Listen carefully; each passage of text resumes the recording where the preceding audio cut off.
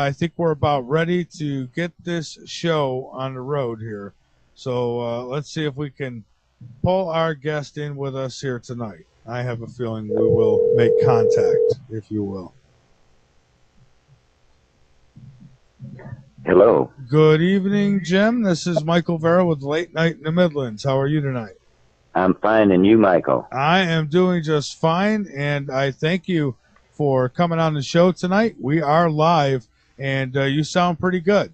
Good connection. Yeah, pardon? I say a good connection. Yeah, we got a good connection, yes. I was listening last night to your Ebola session and having a little trouble with the phones I was hearing. Yeah, yeah. Well, they were a couple of these guests from last night were in Africa, so yes. the phones were getting messed with horribly. We had voices coming over that were no part of our conversations because I could. Yeah, go ahead. Oh, I was going to say I could monitor everything right here on my screen. So if somebody talks, they blink. I could tell who's making what sounds, and everything was still. There was nothing. So fascinating. But Jim, welcome. And how do we pronounce the last name? Yeah, the name is Oglesby. Oglesby. Yes. Okay. Oglesby. Yeah, like Oglesby. All right. Great. Well. Yeah. Well, Jim, wherever you'd like to start, I guess right from the beginning would be great. And thank you for contacting me because I am very interested in this. Yeah, well, a little background on me. I grew up in a small southern town about 18 miles from Savannah, Georgia, a little town called Rincon, Georgia, Rincon. That's where I grew up, and I did my childhood hook pin days. Yeah. Anyway, I can start with the one that I sent you the pictures of. That was from the New Year's Eve 1967 events.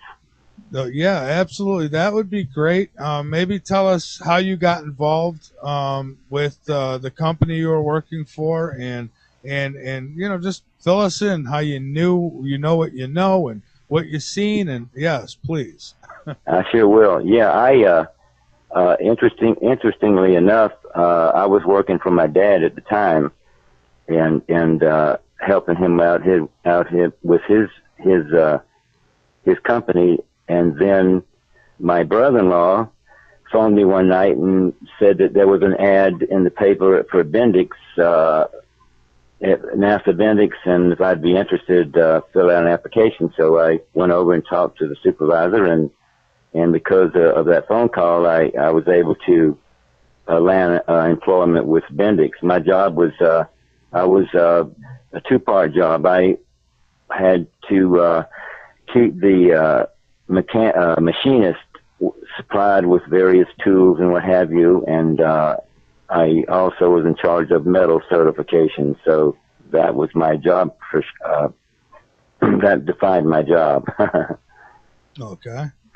All right. And so then you get these photos, I guess. Well, they're actually mind images, right? I mean, you've seen this, and you weren't able to actually take pictures per se. No, my only regret, and I've been challenged by this already. That why didn't you stop and take pictures? And I know it may sound I don't quite how to say this, but when I first saw that first ship come over the rooftop of my relative's home that Saturday afternoon, it was what's the word? A mind blower. And the last thing I wanted to do was go get a camera. I was into it totally for the experience of what I was seeing in the moment. And Jim, I want to just cut in and say, you know what? I totally, absolutely, 100% understand that, because I was found myself in the very same exact situation. I was afraid that if I went back inside for just 1 minute, 1 second, that I'd come back and it'd be gone. And Thank you. I was Thank afraid. You. Yeah. Yeah. So, so I was, so what happened was the week before that, I was spending Christmas Day with my parents. At the time they lived in Orlando, Florida, and so my brother-in-law was there, and as he was leaving in his vehicle to go home, he stopped and said, "Well, why don't you come out next weekend and spend New Year's Eve weekend with the family? That is, if you haven't made any plans." Well, I hadn't made any plans, so the following Saturday afternoon, it was probably about an hour before dusk. I head out, and we were at the time they lived in a mobile home on 6th Street in a little town at the time, very sparsely populated area. Let me think. Probably at the most there were maybe 100 to 200, families and people living in the area, and it was mostly ranch type country and fields and saw palmetto, pine trees, that kind of an environment. And so anyway, going back to what happened, I remember the family was in the living room sitting on the couch. They were watching a Christmas movie, and John and I, we gravitated to the kitchen, and he made coffee, so we were standing in the kitchen, and his mobile home faced, let me think, it faced north and south, which would have put a small window on the east side of the mobile home would have faced the east, a small window in the kitchen. While I was leaning up against the counter and talking to my brother-in-law, we were sipping coffee, and the first thing that I noticed was a bright amber light flash through that small window. My first thought was, now this is right about dark, right about dusk. My first thought was that it was a meteor. And the front door was right there, so I reached around and grabbed the door and swung it open and popped outside, and the very first thing that I saw was nothing. Initially, there was nothing there. And then I saw an amber basketball size, I would say, mass of swirling, what can I say, energy, in a very contained situation. And then the ball of the amber light went out, and just as it went out, I caught the outer rim of a circular craft. And it flashed up and just caught just a little bit of the upper structure to some degree. And then when I called that amber ball the propulsion. Once that went out, the craft, it leveled off and headed straight east. And for a moment, you couldn't see anything because it was very, very dark that night. And then I noticed an infrared beam of light, very deep red beam of light, come on underneath the craft, and I could tell that it was continuing to move east. It came on, it went off, came on, went off, and I thought, well, they're spot checking. Perhaps whether they're going to land. That was just that wasn't my thought right then.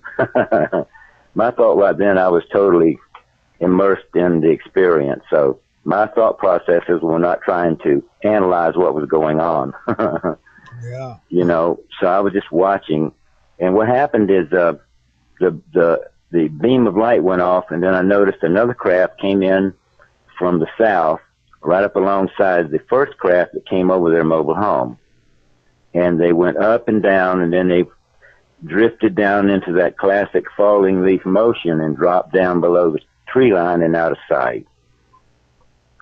Fascinating. Pardon? Oh, I say fascinating. Oh, continue, please. Yeah, so I'm standing there, and there was a quiet moment, and I'm just looking out there.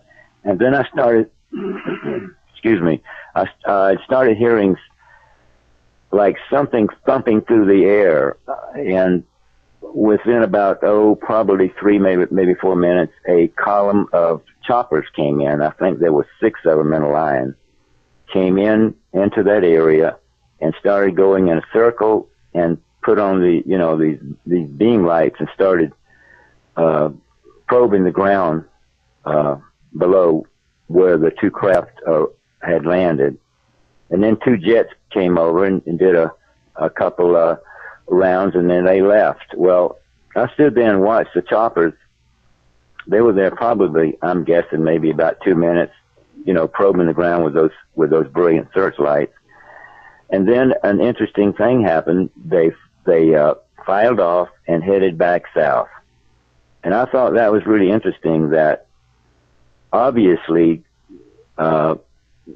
these two craft had been tracked on radar, and at the time I didn't know that it was Patrick Air Force Base, but I just assumed that the choppers had come from Patrick, on a what they call a strike force had been sent out. But it just kind of puzzled me that the choppers left after a couple minutes.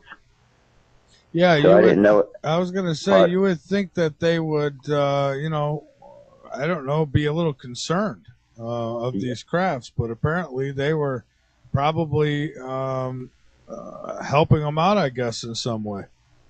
Yeah, it was interesting because I thought, later on down the road when I could sit down and I could start reflecting and trying to piece it together, what happened, one thought was that the two craft had went cloaking. They had cloaked the craft, or had somehow affected the ability to where the choppers couldn't see them.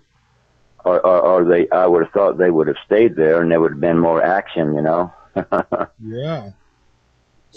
So then what? as it turned out, it was quiet, and I stood on my brother-in-law's front porch that was around 7:10, 7:15, 7:20, probably by that time 7:30. I stood there, and Michael, I didn't move. I just stared straight out because I knew that I had seen two unknown spacecraft land. You drop below the tree line, so I said, well, if they're down there, they got to come up. Yeah. So anyway, I'm standing there, and it was probably about, I didn't move from that porch from like the time I said 7:20, 7:30 until approximately 1:50 a.m., which would have been New Year's Eve morning. And suddenly the eastern horizon just exploded in these brilliant orange and yellow and reddish colors. And I watched a missile come up from the Cape side, and I watched it starting to climb. And as it did, one of the craft came up and moved up over which I assumed at that time was Cape Canaveral Air Force Base. And then they did a really incredible lightning swift, like a Z pattern in the sky. It was all in one swift Z pattern lightning flash. And then it paused, moved up to the, which I later found out was a Minuteman II rocket, moved up to it, as if it was trying to run some surveillance on the nose cone, and then it shot off to the right, paused, and then accelerated at a fast speed and was gone. And that was the first series of events that set in motion the other events that was to follow. I see. Now, you say that the Apollo program that they had made contact. Now, what is that based on, if I may ask? Oh, okay. Well, after that weekend, I kind of moved in with my relatives, I really thank them later on for allowing me to live with them and come and go as I pleased while all of these activities were forthcoming, And my brother-in-law had expressed, years later, he had told me, what was that? Oh, nothing. Oh, okay. I got some feedback. Anyway, my brother-in-law expressed several years later that he had thought that I had, because I was around, these ships had been coming in, which may or may not have been true, as far as contact goes. So anyway, every night from January the 1st until February the 13th. I went out on that front porch, and I stood there from about an hour before dark until sometimes 11 or 12 o'clock at night, and even 1 or 2 in the morning. And I was working a job at the time over the Cape, but I stood there every night for that 6 weeks, from January the 1st until February the 13th. Now, I found it interesting that during that 6 weeks, they chose to come back to the area on February the 13th, 1968. I was standing on the porch, and what I saw, Michael, was first it looked like a flashing blue light appeared above the field across the street. And that field had saw palmetto and pine trees and, low brush and that sort of foliage. But it was about probably 10 or 12 feet above the ground, and all it looked like was that flashing blue light, and it was right across the street. As soon as I put my attention on it, it shot off to the right at probably maybe 200 yards or so, and I followed it with my eyes, and then it shot off to equally amount off to my left, and then it came back center, and then it disappeared. Just left. Well, I wrote it down, obviously, and then the next night I'm back out again. It showed up again at the same time. And did the same flashing back and forth pattern, and I logged it in, and then it left. Well, the next night I invited my dad out because he wanted to see what his son was seeing. He never really believed much in flying saucers or UFOs, so he wanted to come out and explain away what I was seeing. Yeah. So we came out, and I explained what had happened the previous 2 nights, and by the way, this flashing blue light, there was no sound associated with it at all. It just moved back and forth. I couldn't see anything but that flashing blue light. Well, it showed up for a 3rd night when my dad was there, did the same kind of back and forth pattern, and then it left again. Then my dad left, and I wrote it down. The next night, I'm standing there, and this night, instead of coming straight across, it had moved to where I was standing facing east, it had moved to my extreme left at a different area. And so I watched it, and it's dropped below the tree line and out of sight. So me not knowing at the time whoever was controlling this flashing blue light, whatever they were trying to do, I had no idea. All I know is I saw it drop below the tree line, so I wrote down what I saw. And then the next night I went out, and I got a hunch, if you will, to get in my car, and I drove down what was called Old State Road 420, drove down to Fort Christmas Road, turned right, and parked my car. And now I'm looking back west in the direction of where my home was. So what I wanted to do was triangulate the flashing blue light. I wanted to see how far away it was, or if it was that night, if it was between me and the house where I lived, the mobile home where I lived. And this particular night, it showed up above the tree line, and it dropped down, and I knew then that it was between me and my relative's mobile home on 6th Street. So that kind of, I started generating a little fear because I was over on an area where there was nothing there. There were no houses or anything, only cattle and horses, gathering around in the fields. And right at that night, they were, sleeping for the night. So I watched it for a while, and then it came back up, and then it started moving off to the left. Well, I crossed the fence. Now, that particular night, if I remember, the temperature was I'm guessing, I could have to look it up. I think the temperature was about 33 degrees. It was cold. And it was clear skies and a lot of wind. And saw palmettos, when the wind rattles them, they make a lot of noise. And I'm out there at night, nobody around, just me. And I crossed the fence and I started walking in the direction of where the flashing blue light was.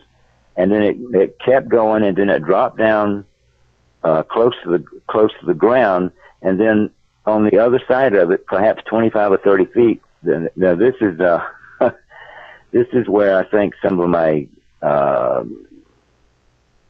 childhood memories from science fiction movies kind of came into play, because we grew up in Hollywood.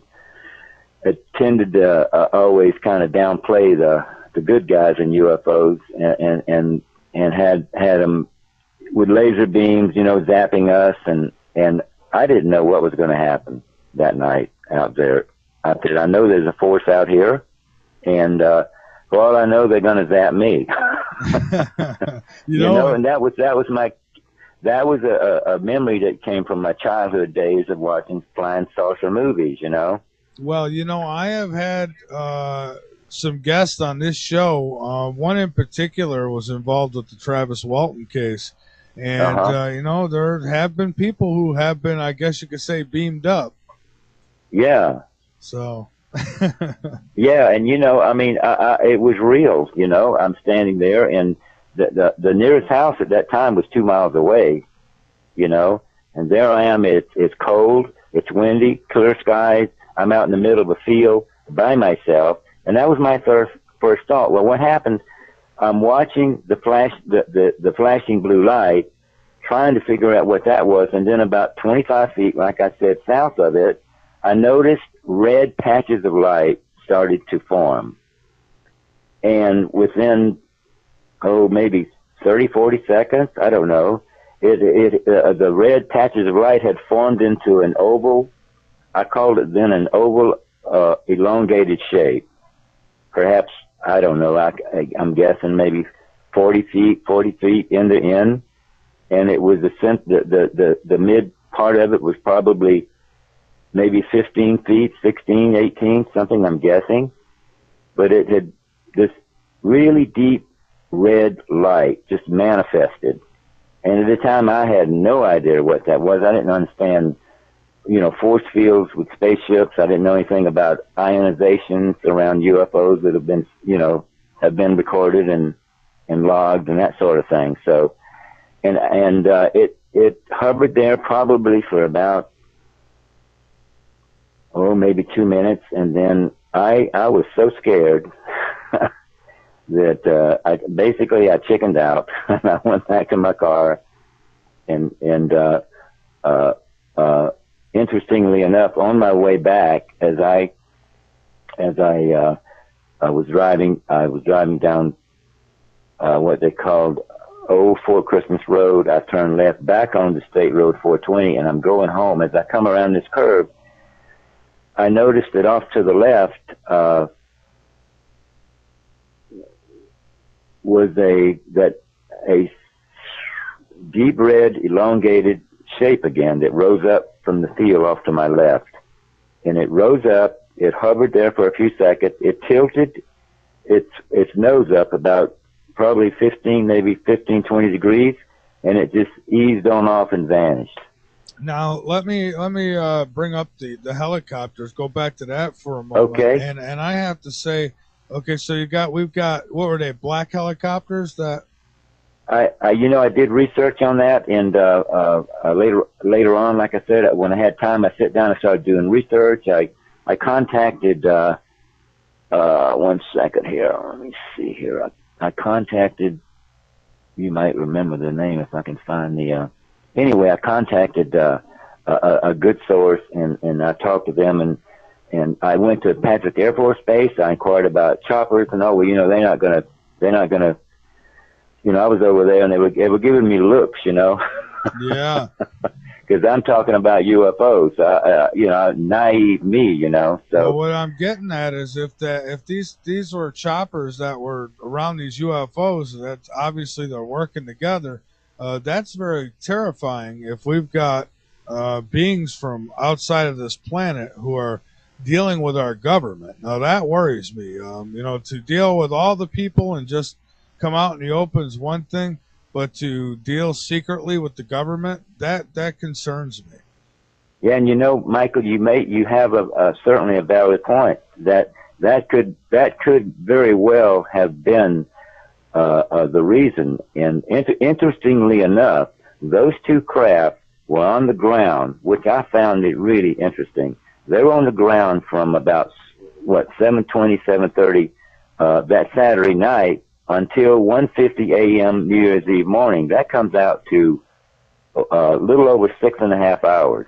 Those two craft were on the ground, which I thought was interesting.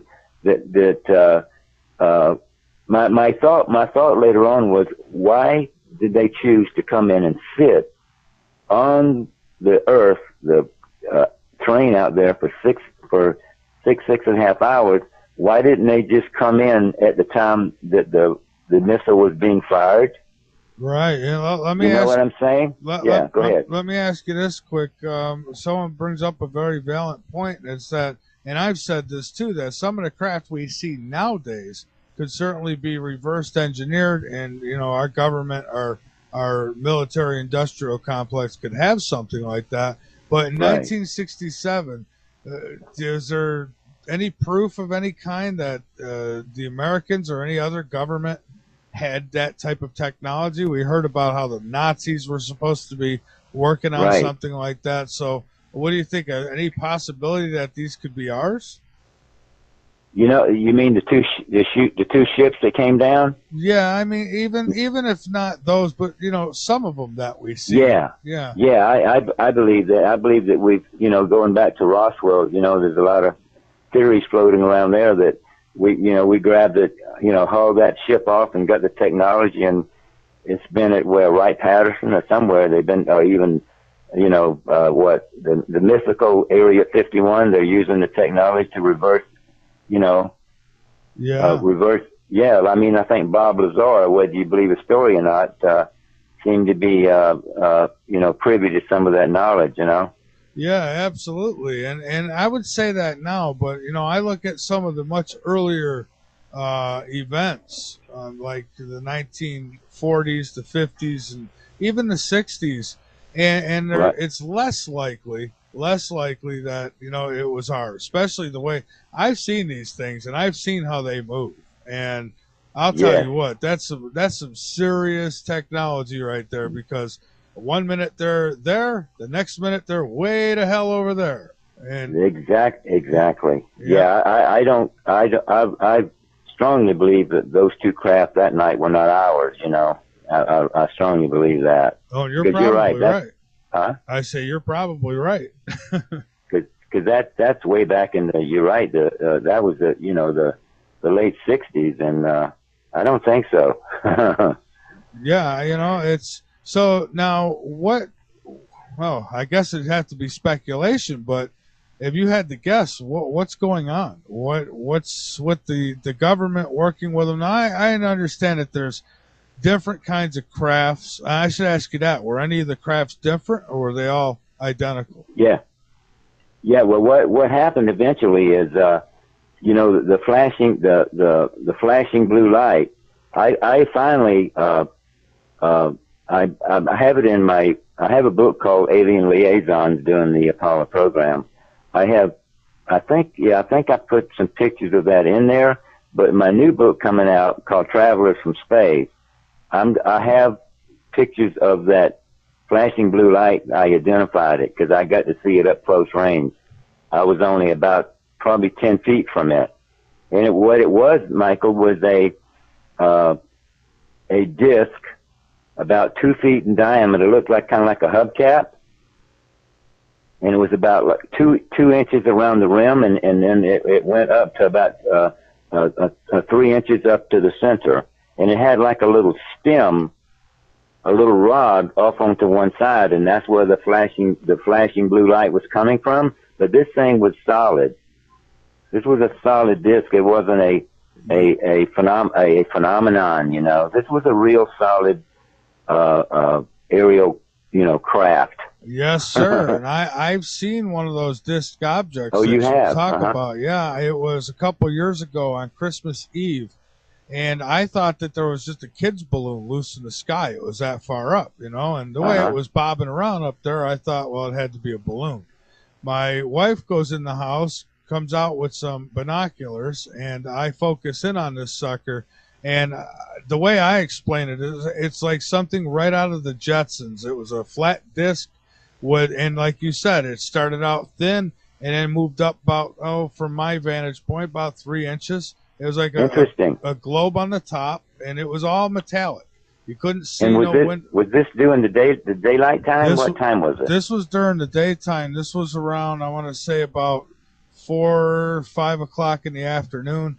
There was just a few puffy clouds in the sky, and this thing was going behind the clouds, coming back out, behind them, coming back out, and then it just, like the blink of an eye, like you light a match, it just to the other side of the sky, and then after that it took off. What year was that, Michael? This would have been 2012. 2012. Okay. Yeah, and it was here in Columbia, South Carolina. So. And how far away was it from you? Estimated distance when you actually caught sight of it? It's kind of hard to estimate the distance. All I could say is that it was up with the clouds. It was hiding behind the clouds, coming back out. It's like it knew I seen it, and it kept playing peekaboo with me. Okay, there you go. That's the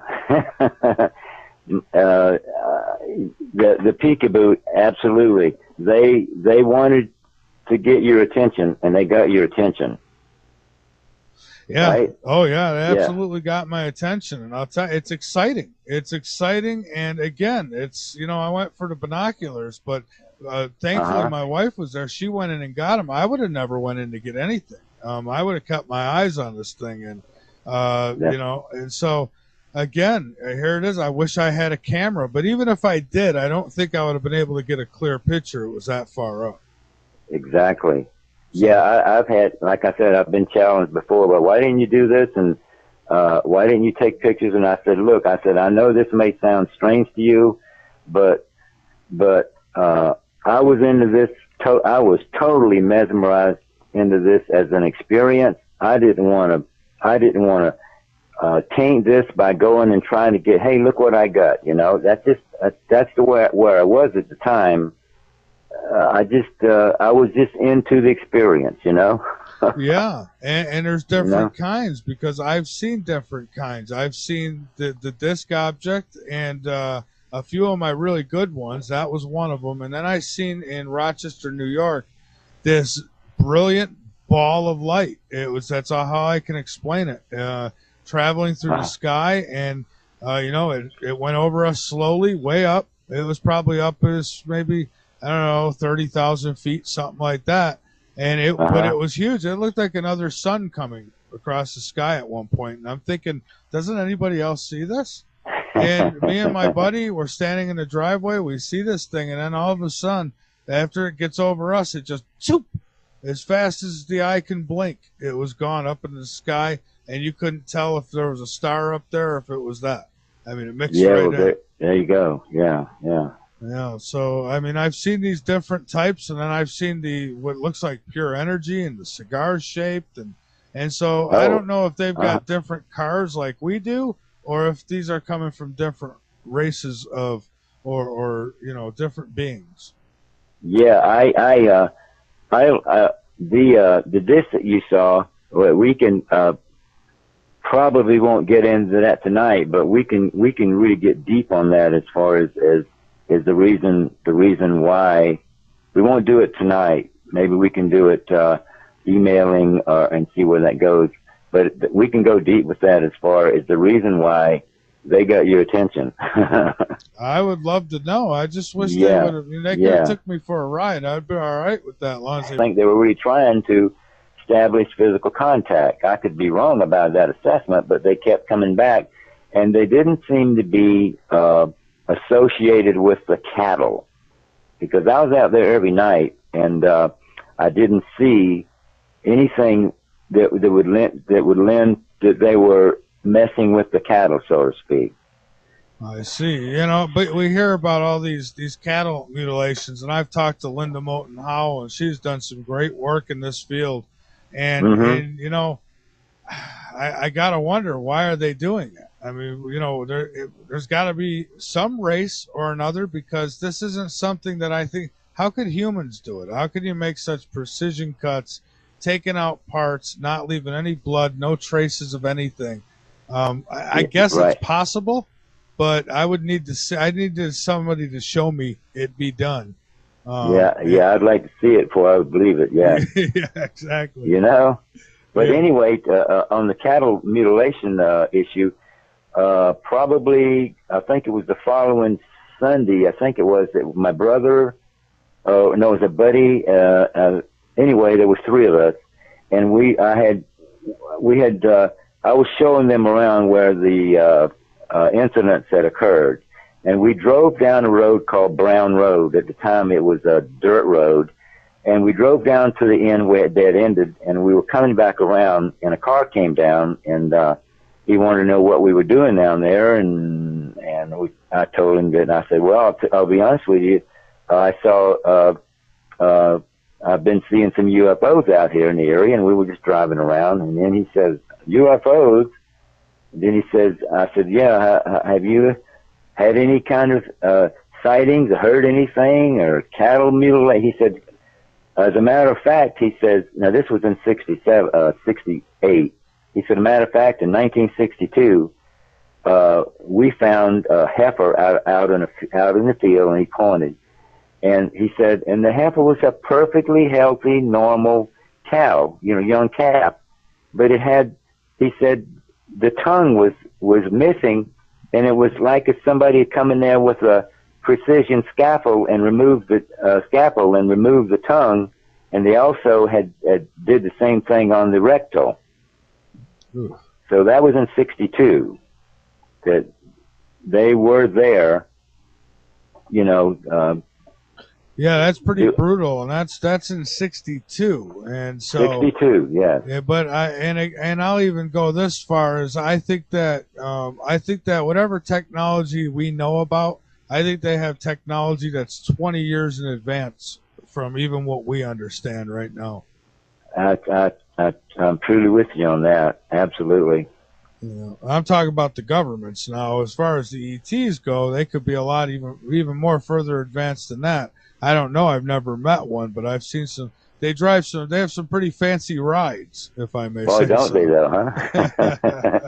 But Michael, now the three craft that I saw was a classic George Zadamski type craft. He called it a scout craft, and what I saw, and I logged numerous accounts of them showing up in this area and what they did. I've logged a lot of them, and these two craft that came down the first night with the rocket, those were to me were more what's the word?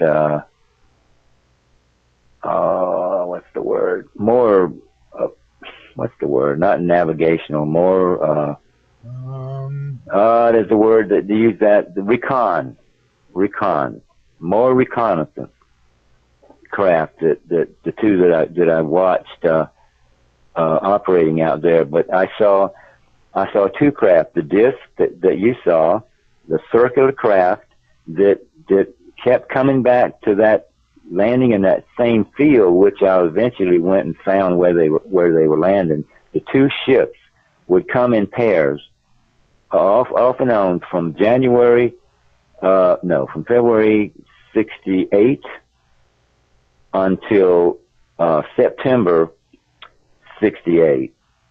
And the reason I say September is, let me go back now to, hold on that September date. Let me go back to the last time that I saw the disc was on the 26th of February. Well, I stayed out there every night, and nothing showed up on the 27th of February. I think maybe it was 28 days that in the month that year. Then there was March the 1st, nothing. March the 2nd, nothing. March the 3rd, nothing. March the 4th, 5th.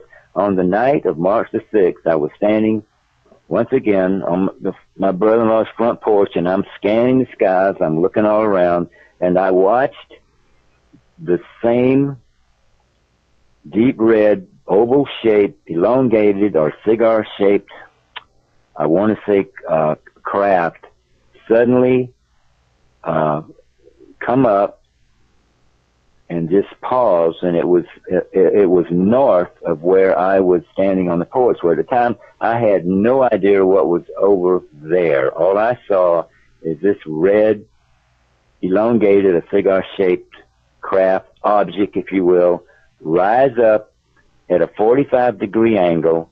It paused, and then it just continued forward and disappeared.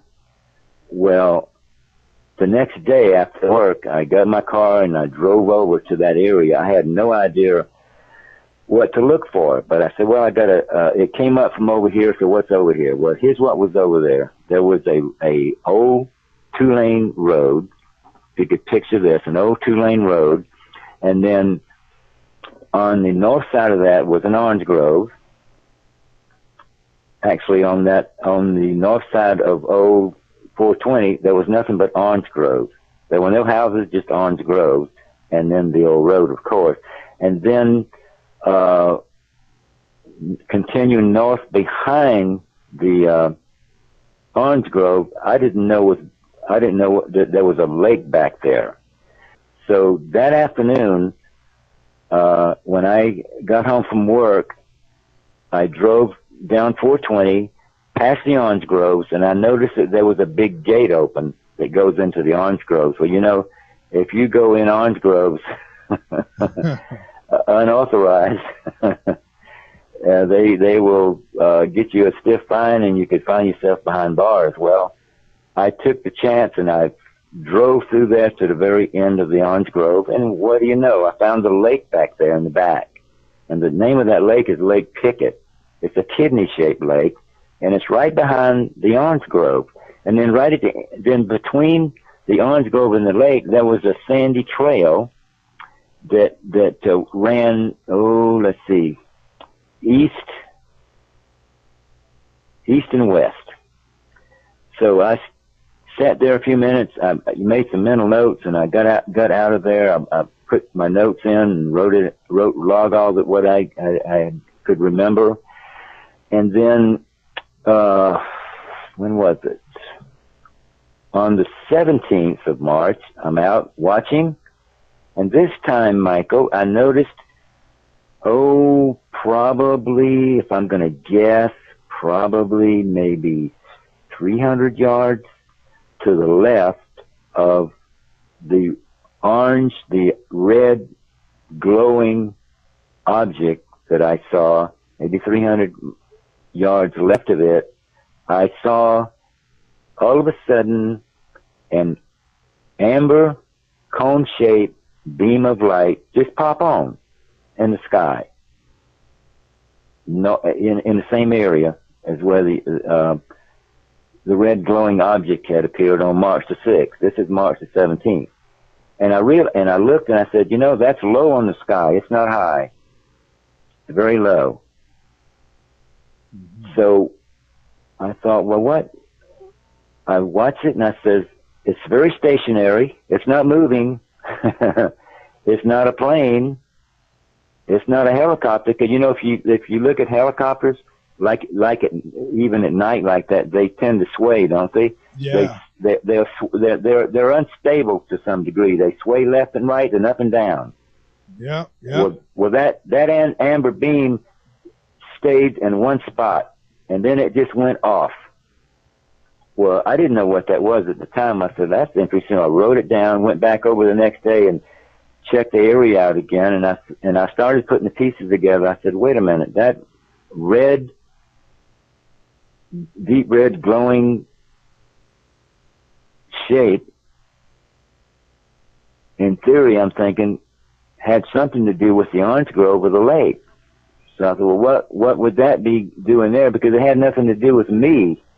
You know, this was not me that they were trying to contact. Now, this was something totally different than the small disc, incident. This was different. And then the amber beam that popped on and off, I said, well, if there's an amber beam pop on and off. I'm thinking there had to be something connected to it. Right. You know, and I know it wasn't a chopper, and I know it wasn't a plane. And what was that doing over in Orange Grove at about dusk? You know, it was around probably 7:37, somewhere in there. And what was that doing? Go ahead. And you say there was a lake back there, right?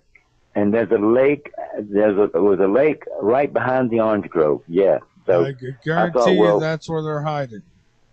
That must have been where they were hiding. So here's what. So anyway, I'm writing all that down and trying to make sense of what was going on, and then let me think what happened. There were other incidents with the disc. I said, well, I've seen it so much, so I brought buddies from the Cape. I brought mechanics out. I brought machinists out.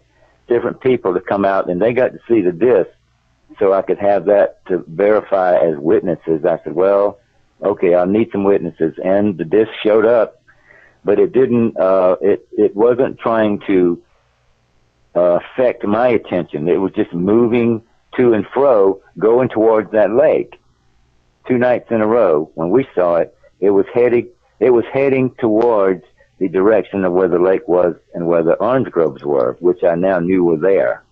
And you would have to believe that if these crafts can fly in the elements of space, they have no problem going in the water. I mean, it's almost similar.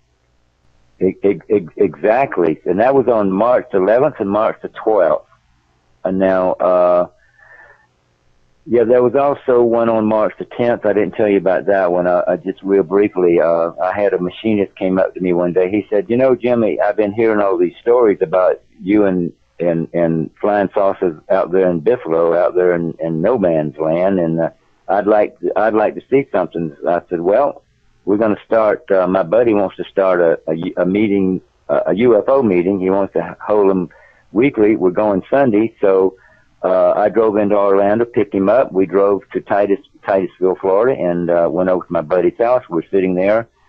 He wanted to do a meeting, so we were talking about, you know, I was telling about some of the sightings. And then it was at 9 o'clock, all of a sudden I got a strong hunch, a real strong hunch to leave there. And interestingly enough, 9 o'clock, this is what baffles me about these, I want to call them extraterrestrials. They are tuned in, because exactly at 9 o'clock, when we stopped the meeting, exactly to the second, I got a strong urge to leave there. And I grabbed Philip Hoffman, the machinist. We got in my car. We headed down towards where I'd been seeing the sightings. We came right up to 0420, and there was a disc hovering above the road, and then a jet come by.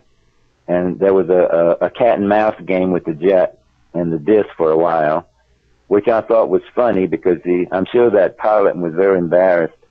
I bet. Trying to maneuver this anti-gravity mechanism, you know.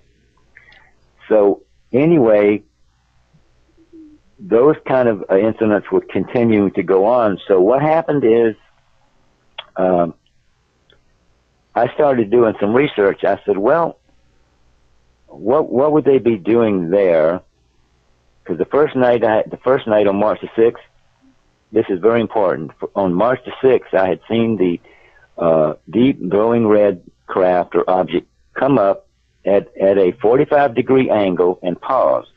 Now, that 45-degree angle suggested to me that it had just left the ground, you know.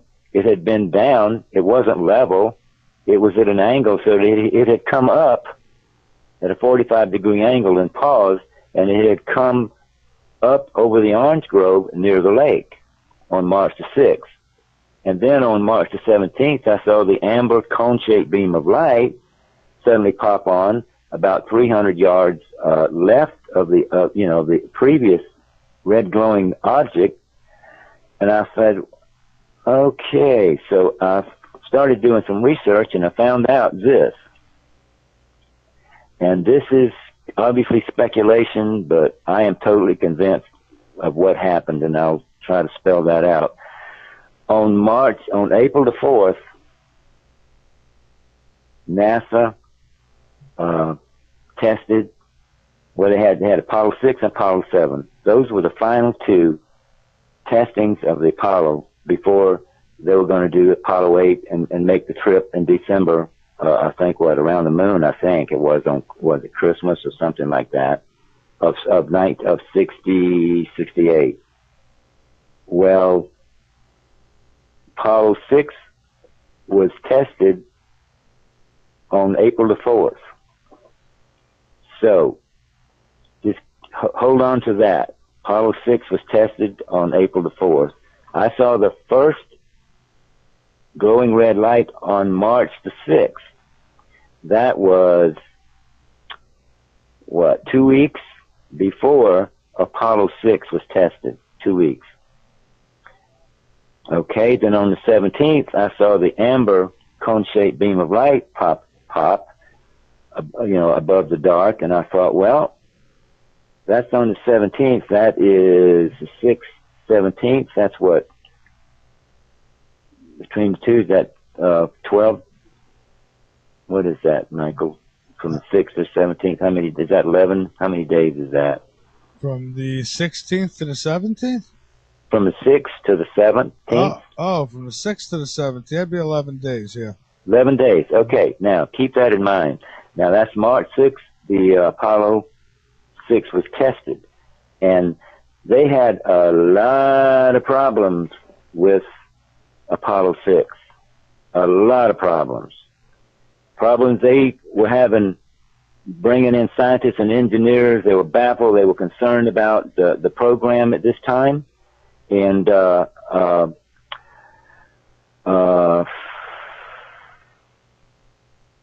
now I'm going to move ahead to September the 15th.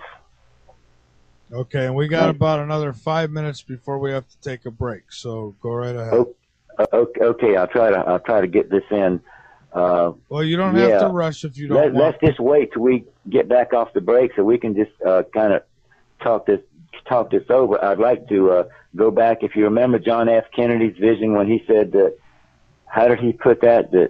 That the plan was to have a man on the moon by the end of the decade. Yeah. Which they did. Which they did do, and there's a lot of theories and speculation about whether John F. Kennedy these ETs had actually contacted him. I know it's just speculation, but that was interesting. These guys really wanted to see, now this is speculation from me, that they really wanted to see us be able to get to the moon via this, Apollo enterprise. They wanted to see us get to the moon. Now, that may or may not be true when I come back to the September 15th event, which will tie in March 6th and March 17th. March 6th and March 17th.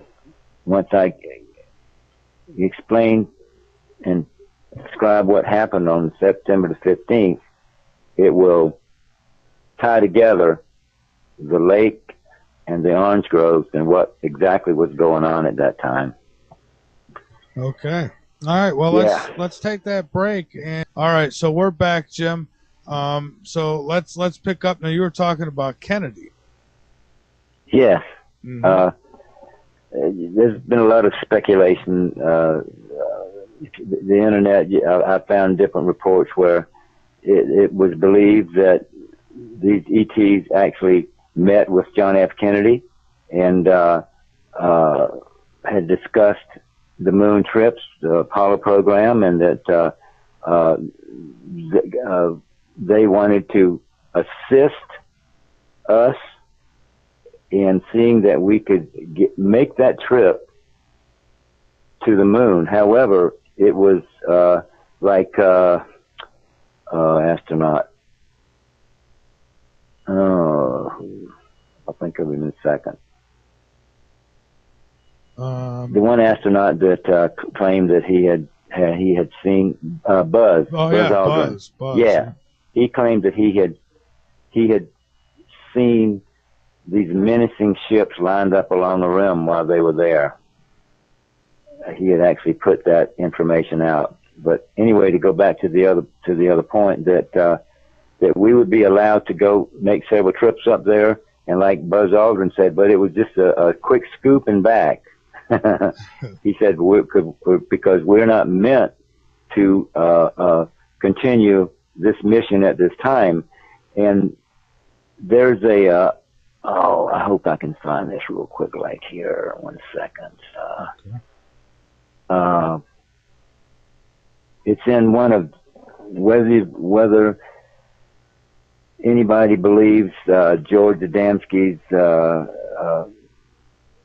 experiences and about his connection back in the mid 50s with the quote space people, whether you believe it or not. He has some information in there which I will validate some of his experiences in my new book.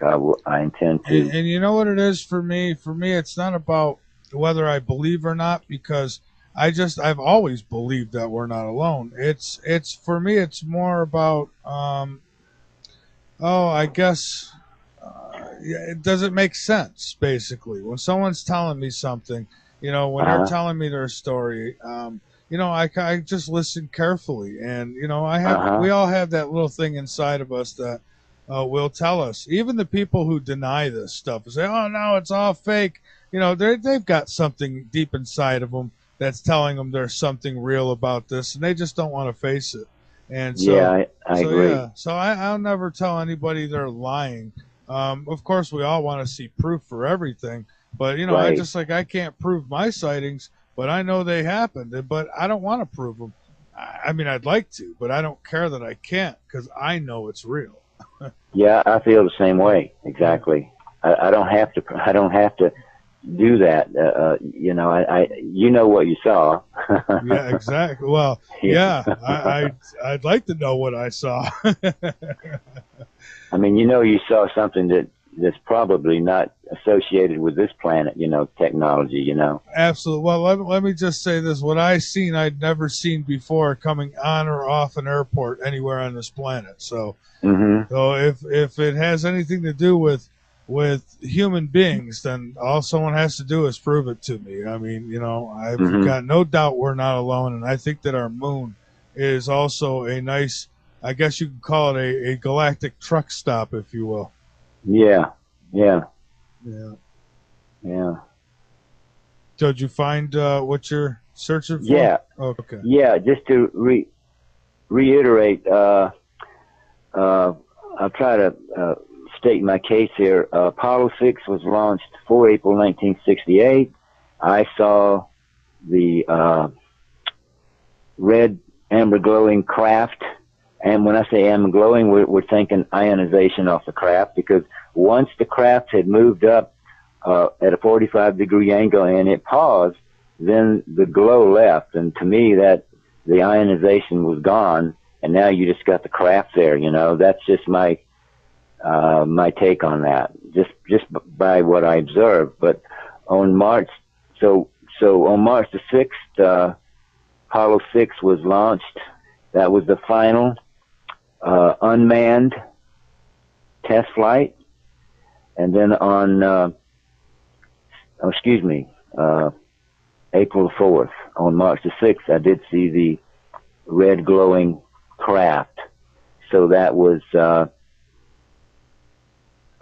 2 weeks before Apollo 6. And then on March the 17th, I saw the cone-shaped amber beam of light, which I'll explain that in just a minute. Okay. Okay, so let me see here. So let's move on now to September the 15th, 1968, at approximately 9:30 p.m. And at that time, this was a key point here, because back in February and March, in that area, it got dark, just good and dark around 7:20th, 7:30th, The ETs knew this because they wanted to come in under the cloak of darkness so they wouldn't be observed, but I was allowed to observe.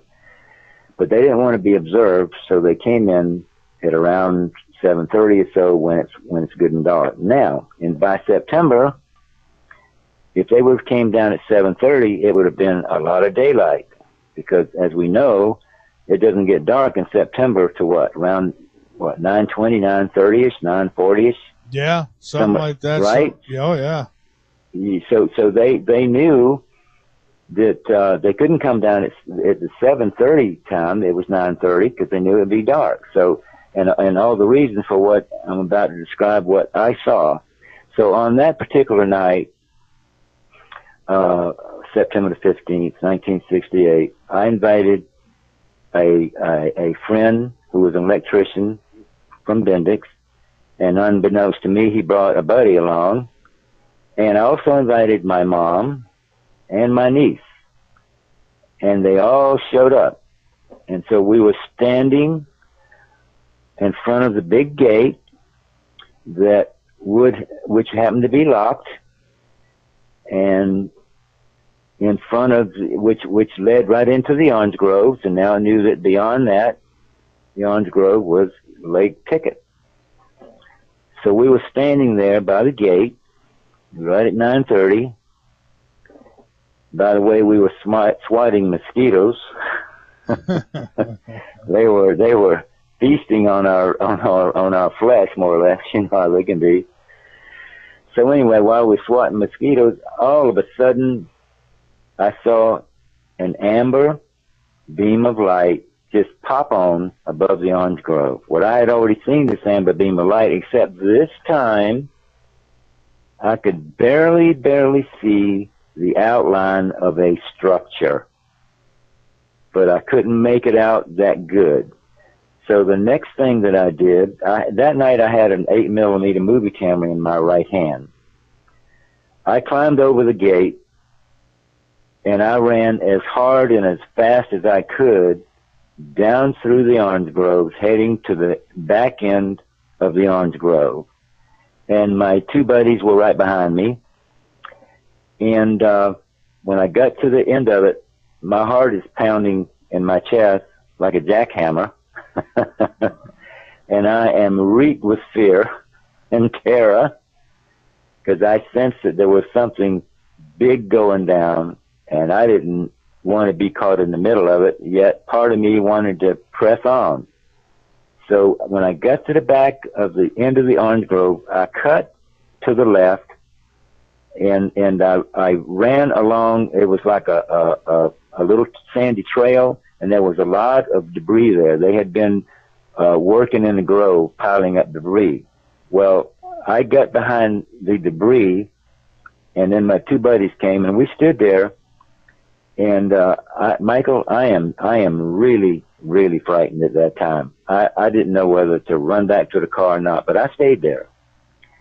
And then I saw car lights come on. Two beams just popped on, because it was fairly dark. Off to my right, probably maybe 100 feet away from me and 100 feet to the right of me, two head beams just popped on. And then we started looking through the debris, and I saw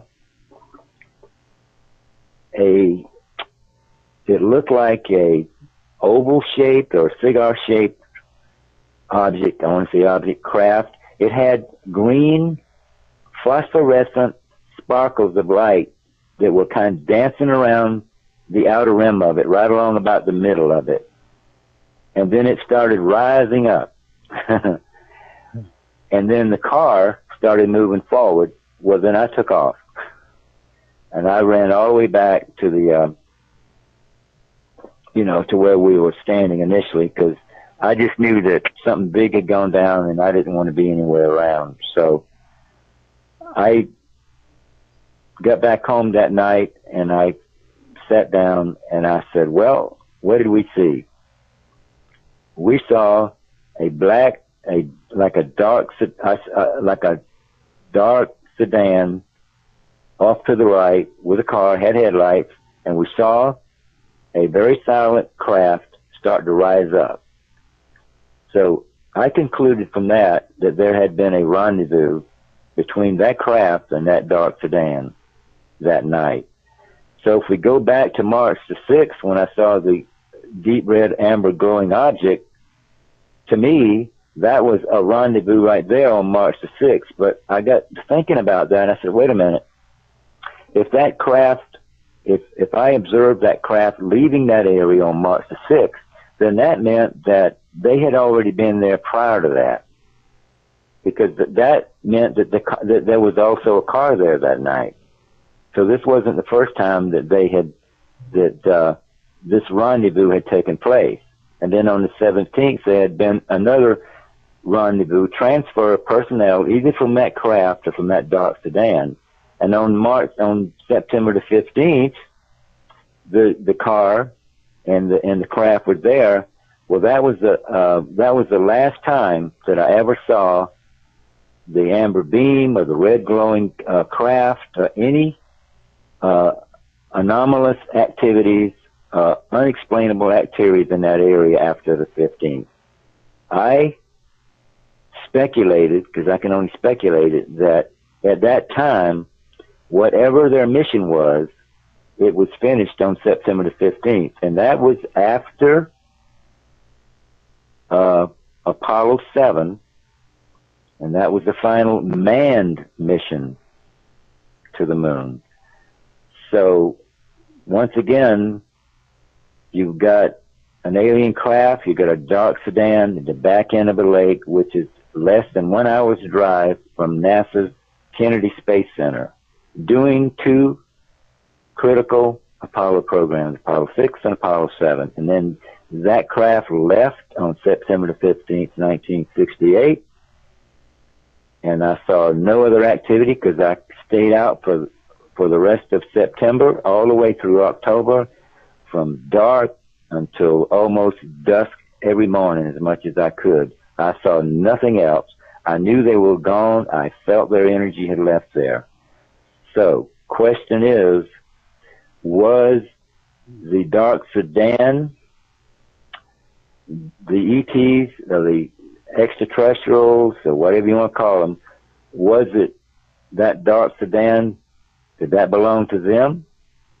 Or did that belong to a NASA official? Was someone shuttling these ETs back and forth from the Cape, doing those two critical test programs to that secret rendezvous site at the back end of that orange grove right near the shoreline of Lake Pickett? Oh, I bet that NASA's, they're probably working with the ETs in this case, and you know, on the outside it's a public space program, we're using fuel, rockets, and on the inside, the secret space program, they're doing a lot more. Believe me, they're going to a lot more places. They're telling us, oh, we got these satellites out there taking pictures for us. That's probably a lie. They're probably out there taking the pictures.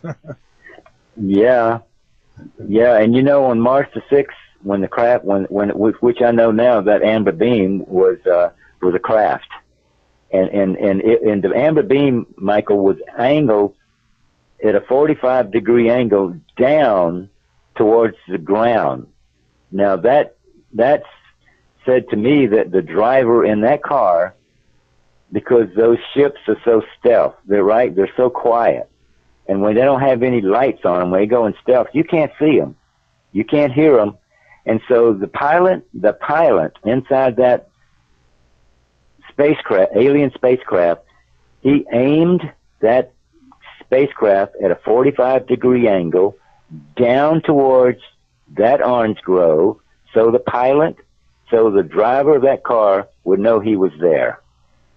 I think that seems logical to me. It does, because I'll tell you, my last sighting that I've had was right here. I was coming out of the studio at night, and I went to go throw some trash in the dumpster, and I've told the listeners this story many times, and it was amazing. It was about probably I don't know, I'd say the length of a football field or so, maybe bigger. It's hard to tell. I was so excited.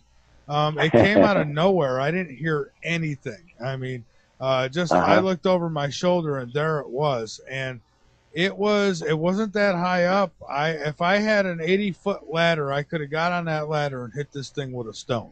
That's how close it was. And I banged on the wall, and my wife come out and said, "What the hell is wrong with you?" I said, look. She sees it, and then I'm running underneath this thing, and I'm screaming, and I'm yelling, and I'm jumping up and down. And not one neighbor comes out. Nobody opens a blind or anything. And then it went over the treetops and disappeared. And just fantastic. It looked like it was glowing orange. It was a fluorescent orange. And they were like 4 cigar-shaped crafts side by side. But the more I think about it now, I'm thinking that just those 4 sections were lit up, and I think it was just one giant craft. I mean, but this thing was huge, and it glowed just a brilliant orange light. You can't find this color anywhere that I've seen on this planet. Just brilliant, and the light coming out of the back of it was just bright white light, but no sound at all. And you say you were under this craft? I was under this craft, and my wife seen it too. And it was another case of I didn't dare come in and try to find the camera because I may never see this again. I couldn't let it out of my sight. Exactly. Yeah. Well, do you, Michael? Do you feel that when this was going on, did you have any feeling at all that they were trying to connect with you in any way, or was it just a very impersonal situation and you just happened to be under that craft? Well, I find it kind of fishy because that night I had Robert Stanley on the show, and we just got done talking about UFOs in coming out of storms, like thunderstorms, and how there's always seems to be UFO sightings, like they harness that electricity or something. And we were talking about that, and that night there was a lightning storm, a bad electrical storm off to the north a little bit, coming my way. And, and I seen it when I was walking out towards the dumpster. Then I turned my back coming the other way, and I'm thinking, what a coincidence. We were just talking about storms. I wonder if there's any UFOs in the lightning. And I'm laughing, and I turn to my right just a little bit, and I catch out of the corner of my eye this bright orange light. And then I looked up, and I said, holy, you know what? I couldn't believe what I was seeing and how close it was. And it was the most amazing thing I've ever seen in my life. Well, when you use the word coincidence, and it tends to lend to me that it was a little more than coincidence, because the timing was perfect, right? It was absolutely perfect. Yeah.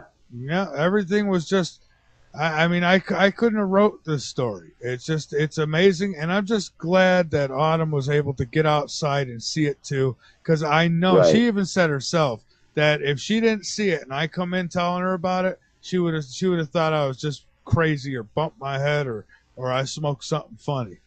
Exactly. Right. So, but there it was. And I'll tell you, I had no fear. I was like a kid on Christmas. I didn't want it to go away. I was like, and I wanted more people to see it. I was as loud as I could be out there. And I live in a place where if you make noise, you get kicked out of here. I mean, they're very picky. So, yeah, it was just unbelievable. And I hope that I see it again. You never get enough. I don't care if you've seen them once, twice, 3 times, 5 times. It's never enough. No, exactly. Yeah. When from time to time, I've gone on the internet and I see some of these postings on there about these skeptics and the intellectuals who seem to know more about this topic than the people that have actually had the experiences. All I can do is just sit back and just chuckle because there's no way you can theorize, there's no way you can apply logic at all to what you saw. you know, or to what I saw. You can't apply logic to that because it's beyond their logic. So I'm amused by these guys because basically they don't have a clue. Yeah, exactly. You know? Anyone who says that they know everything about what's going on, they really don't. They don't have a clue, and they're guessing because Exactly. you know. But you know, go ahead. Oh, go ahead. no, by all means, go ahead. You brought up an interesting point about whether or not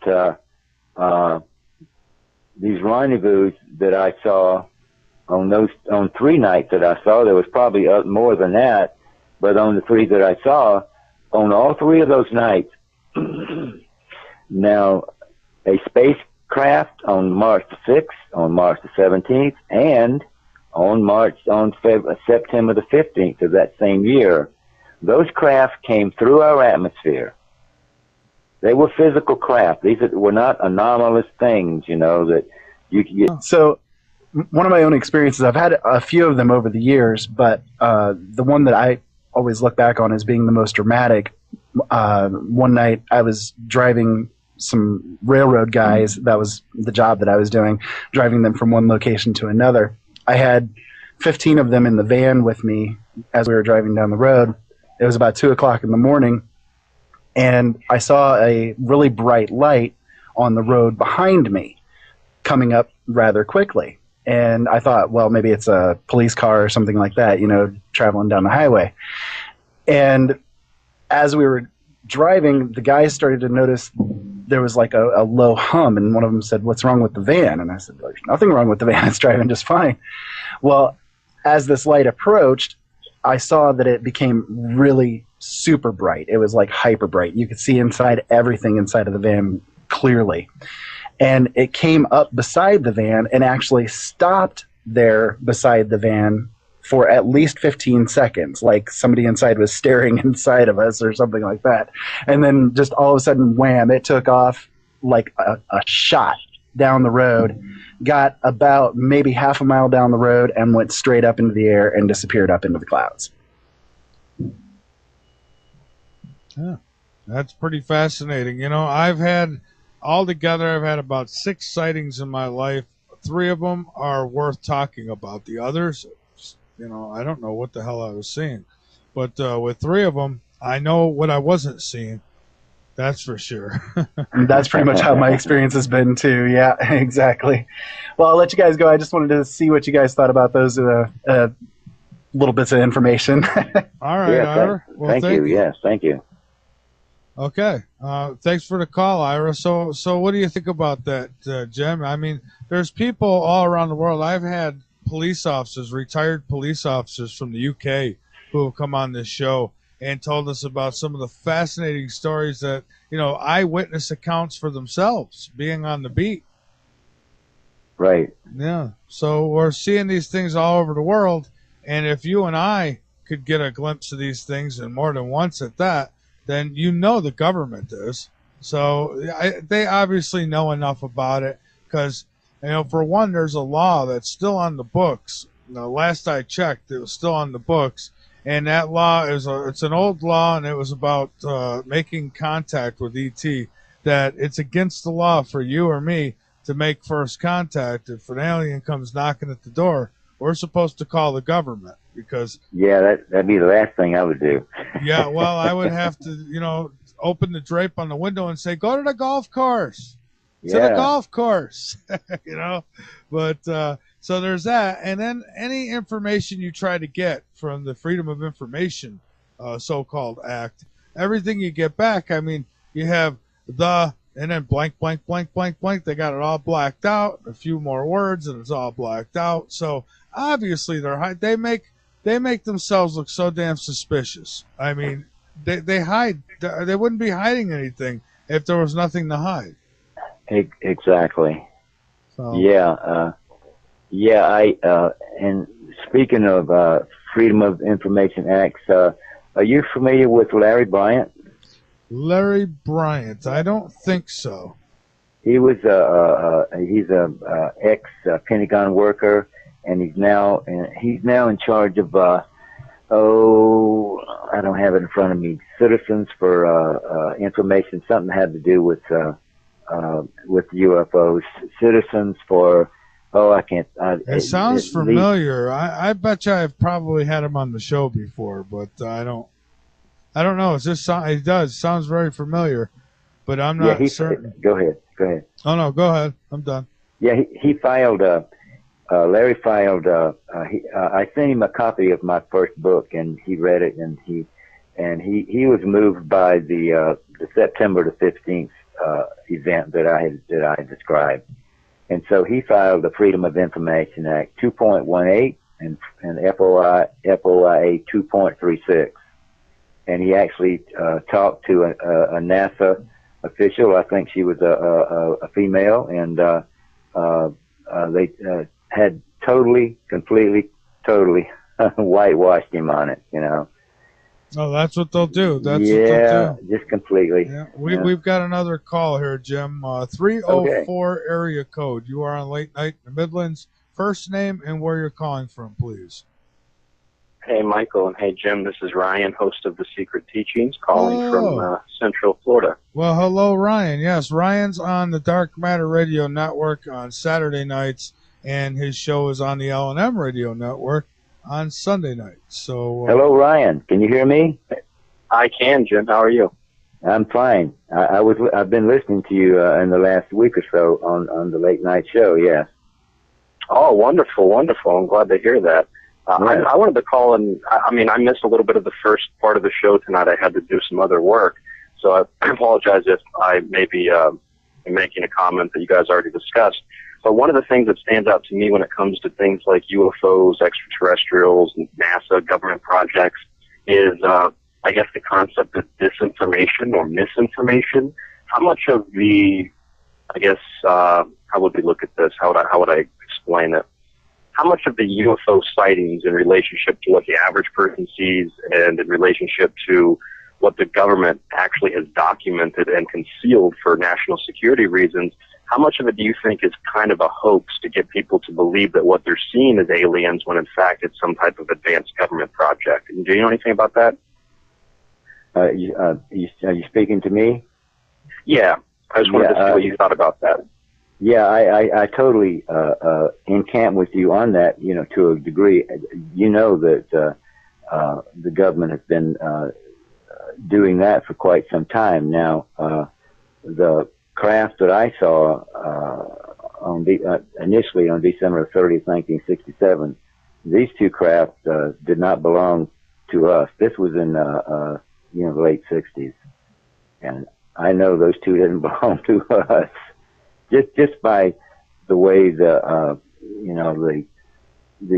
anti-gravity feat that they did in the sky above Cape Canaveral Air Force Station, they were from somewhere else. Do you think our technology nowadays is a lot of what we see in the public arena? Is that really reverse engineered from these craft, do you think, or is that something that maybe we've been led to believe? Are we working in tangent with extraterrestrials to advance our technology? Are they giving it to us perhaps in exchange for, say, human abductions, things like that? Yeah, isn't that some of the past, the Gray scenario, that the Grays? So there'd been a information exchange, and interestingly enough,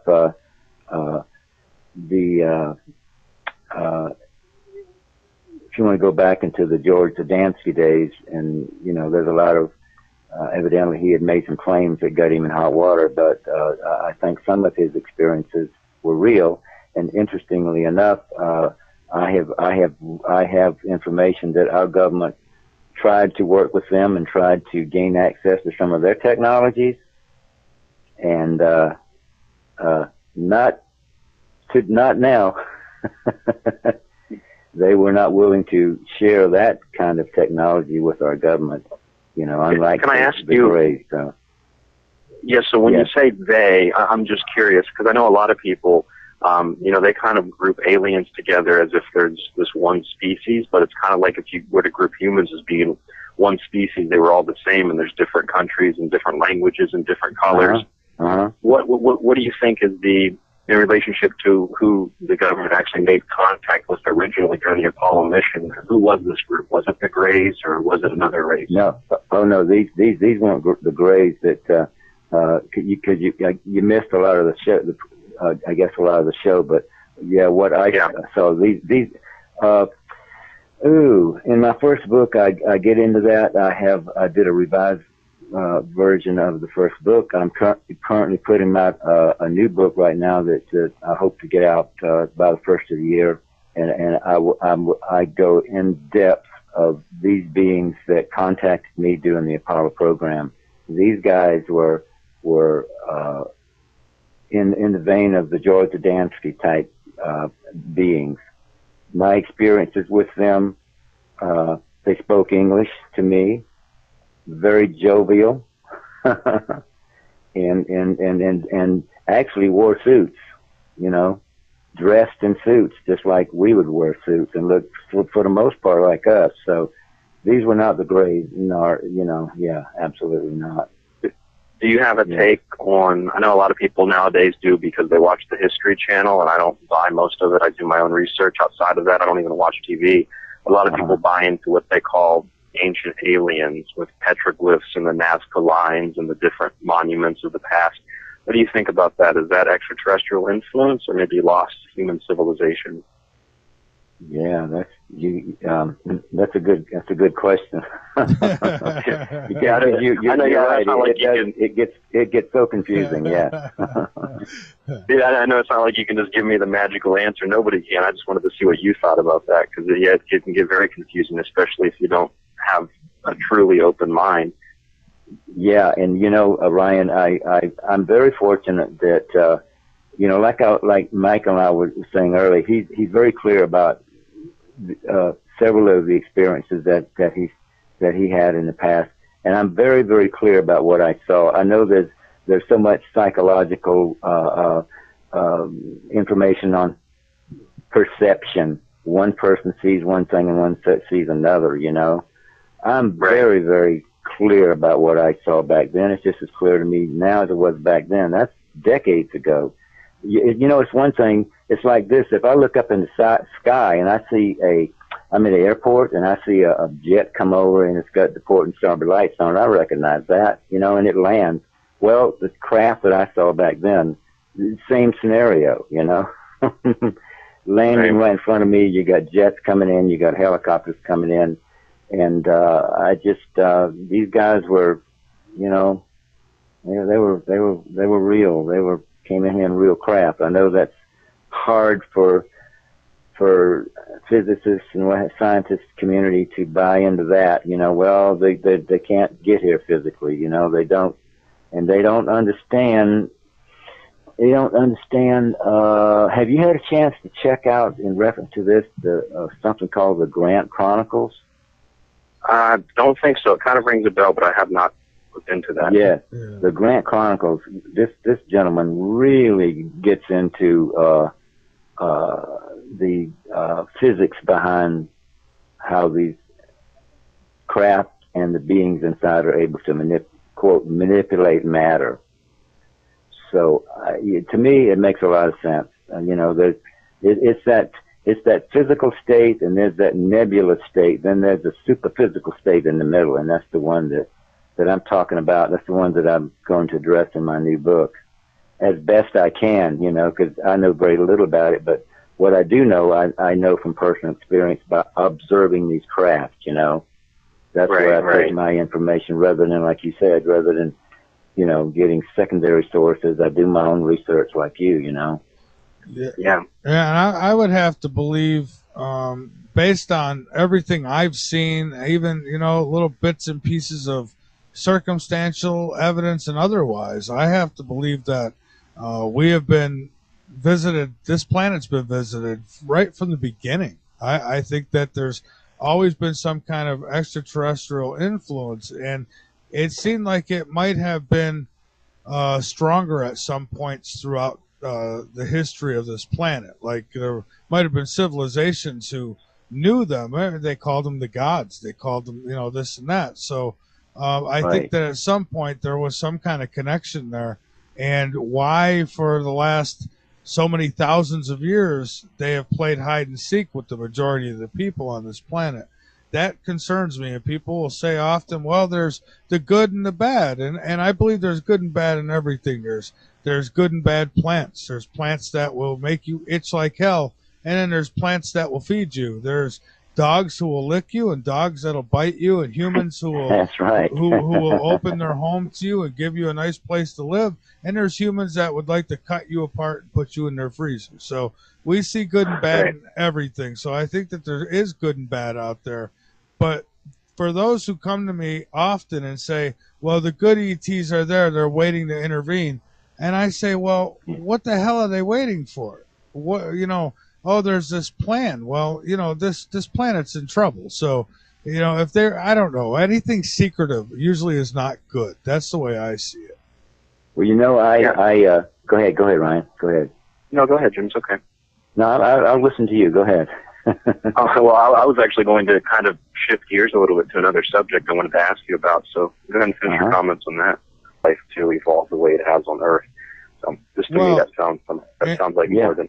And as a matter of fact, Titan, Saturn's moon. I just read an article the other night that they say the way that they got pictures from the sunlight bouncing off of it, and what looks to be like oceans. I mean, I read that too. Yeah, if it's got oceans, if it's got water, then you're going to find something there. I'm sorry, but I can't believe if it's as old as everything else, and we're here, right? It's as old as everything else in the solar system, and we're here. Who's to say that there's nothing there? And I think that they know. I think they're well aware. Do. Oh, yeah. Absolutely. Yeah, they know. It's a. Well, we certainly know by now disinformation. Keep the masses, pacified, and brains like us, we know better. So we try to get information out and hopefully can, enlighten some people that hey, this is a giant snow job on this planet. And think about this: if it's warm enough for there to be liquid oceans on any moon in this solar system, if it's warm enough to have liquid water, then that it's below it's above freezing. So we can go there. Mm-hmm. I thought for a very long time that there have always been perhaps more than two, but at least two separate space programs, one operating for the public's view and then one operating behind the scenes for real space travel. The government even had a project called Project Red Light where they would supposedly reverse engineer UFOs and build them and then fly them for the press and say, hey, look, there's no such thing as aliens. We built the UFOs. But it was a public relations stunt. So I kind of have always thought that NASA has just been kind of a public relations stunt for the real space programs going on behind the scenes. That might be where all the gold's disappearing to, guys. They may be taking it that space station that we hear about. It's probably nothing like they tell us, and they're probably lining it with gold. So when all hell breaks loose, they could travel through space, and the gold will protect them from the radiation. Maybe, I don't know. Mm-hmm. Yeah. So I don't know. But what else would you like to get out there, Jim, tonight before we're done? Anything else that you'd like to get out there? By all means, go right ahead. Well, we pretty much covered. There is some information. I can give you some information on. I'm a firm believer in if I have an experience, and I have looked at it from all angles, that I tend to be one that's not going to allow someone else to come in and tell me that I didn't see what I thought I saw, I didn't experience, like what we were talking about earlier, Michael. You know what you see, you know what you experience. And the reason I'm saying this, I had a time travel experience. And we don't have time to get into it tonight. Oh well, we might. We've got at least another 20 minutes if you need it. Yeah. I'll go back to Major Ed Dames, the remote viewer. Yes, sir. Whether you believe, I mean, he goes back into the Army, I think. So it's not like he's a fly by night. I truly believe I believe in remote viewing, and he brought up an interesting statement. I think he was on Coast to Coast some time back, and he said that they had remote viewed, and that they had remote viewed the sun's activity, and then there was going to be some massive solar flares that were going to hit the Earth. And you guys been keeping up with that? Have been hearing anything about that? I have off and on. I've heard about this. I've heard that it was supposed to have already happened, then it's going to happen again, and so I don't. I think, I think at some point, it's gonna. Yeah, I've heard about a couple of things. I think people misconceive what that really is. I mean, it's not like the movie with Nicolas Cage called Knowing. I saw that. Yeah. That was a good movie. Electronic. Yeah, that was a really Yeah, but well, you know what? There was go ahead. Go ahead. No, go ahead. I'm listening. Oh, I just remember one morning I was driving to the old radio show a couple of years ago, and I used to do it at 6 in the morning, and my radio went out, and my phone wasn't working.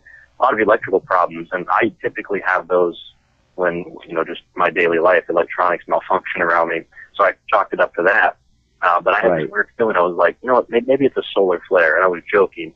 Around with myself and someone else I was talking to, and I got to the radio station, and before I got on air, I did some research, and I found out that 2 days before, NASA had just reported it that morning that 2 days before then there was a massive solar flare that had hit the Earth, and that it was affecting a lot of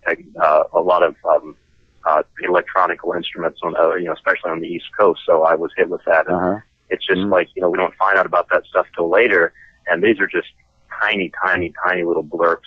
I think the thing that people don't understand is that we live in a world that's really a big cycle, from the cycle of the seasons to the revolution of the planets around the sun, and we live in such a small, piece of that cycle that we don't understand that it is a cycle. So we don't see that later on something is going to happen that's going to cause mass hysteria and mass destruction. I think you're distorting some there, Ryan, a little bit. Sound like you're becoming electronic. Oh, well, there's the electronical interference. Yeah, there you go. That is better. Yeah, you're better now. But I mean, it was fine. I can understand it. But Ryan is radiating. I think so. Yeah.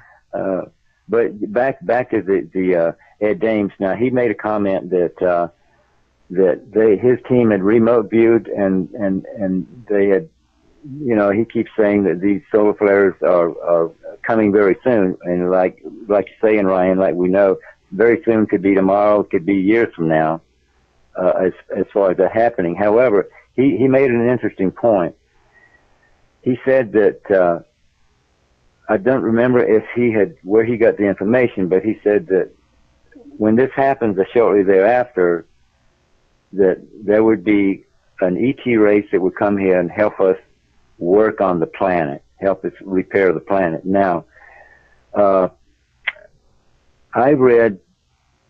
have a book right now which I value, and the author stated that in the future, down the road, like around 2033, somewhere along in there, when the U.S. allegedly is going to tangle with Russia and they're going to have this alleged war, that this race will show up and that they will try to, they won't intervene in the wars, obviously, but they'll try to repair the planet. I thought the interesting similarity, what Ed Dames said, information he had and the information that I had, the time travel experience that I had, it was an out of body, and I know that's can be challenged from all different angles, but as it went out, but the experience, what I saw as I went out of the body, and I was like moving through space straight up. It was a vertical ascent, and then I paused, and then I looked ahead, and I saw a craft, and there was a being standing in front of the craft, and he looked at me. I couldn't tell whether he was looking at me or through me.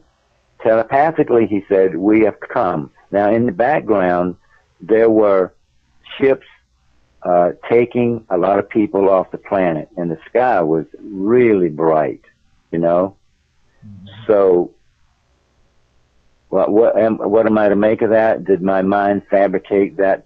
I don't think so. Because when I came back in my body, my heart was pounding 100 miles an hour. It was beating.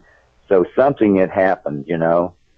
But if that kind of validates, in some respect, what Ed Dames was saying. So, what I'm saying is these ETs did not interfere